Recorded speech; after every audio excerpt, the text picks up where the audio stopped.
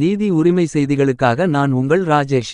அரசியல்வாதிகள் தேர்தல் நேரத்தில் வாக்குகளை சேகரிக்க மட்டும் வருவதாகவும், தேர்தல் முடிந்த பிறகு மக்களின் கோரிக்கைகளை நிறைவேற்றுவதில்லை என குடிநீர் வழங்க வலியுறுத்தி காலி குடங்களுடன் வட்டார வளர்ச்சி அலுவலகத்தை முற்றுகையிட்ட பெண்கள் குற்றச்சாட்டு.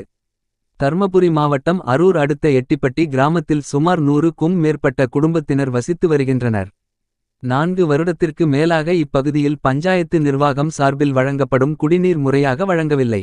குடிநீர் வழங்க வேண்டும் என வலியுறுத்தி பலமுறை புகார் அளித்தும் எந்த ஒரு நடவடிக்கையும் இல்லை எனும் தெரிவிக்கும் கிராம மக்கள் இன்று அரூர் வட்டார வளர்ச்சி அலுவலகம் முன்பு காலி குடங்களுடன் 100க்கும் மேற்பட்டோர் முற்றுகை போராட்டத்தில் ஈடுபட்டனர். அப்போது பேசிய பெண்கள், குடிநீர் வழங்காததால் 4 வருடங்களாக அவதிப்பட்டு வருவதாகவும், குடிநீருக்காக பக்கத்து கிராமத்திற்கு சென்று தண்ணீர் கொண்டு வந்து பயன்படுத்தி வருகிறோம் என தெரிவிக்கும் பெண்கள், பள்ளி குழந்தைகள் உட்பட அனைவரும் பாதிக்கப்பட்டு வந்ததாகவும், தேர்தல் நேரத்தில் வாக்குகளை சேகரிக்க மட்டும் வருகின்றனர், ஆனால் தங்களின் கோரிக்கைகளை பதவிக்கு வந்த பின்பு நிறைவேற்றுவதில்லை என்றனர். ஆழ்துளை கிணறு அமைக்க வந்த போர்வெல் வாகனத்தையும் திருப்பி அனுப்பப்பட்டதாக தெரிவிக்கும் கிராம மக்கள் உடனடியாக ஆழ்துளை கிணறு அமைத்து மின் மோட்டார் மூலம் தங்களுக்கு குடிநீர் விநியோகம் செய்ய வேண்டும் என கோரிக்கை விடுத்தனர்.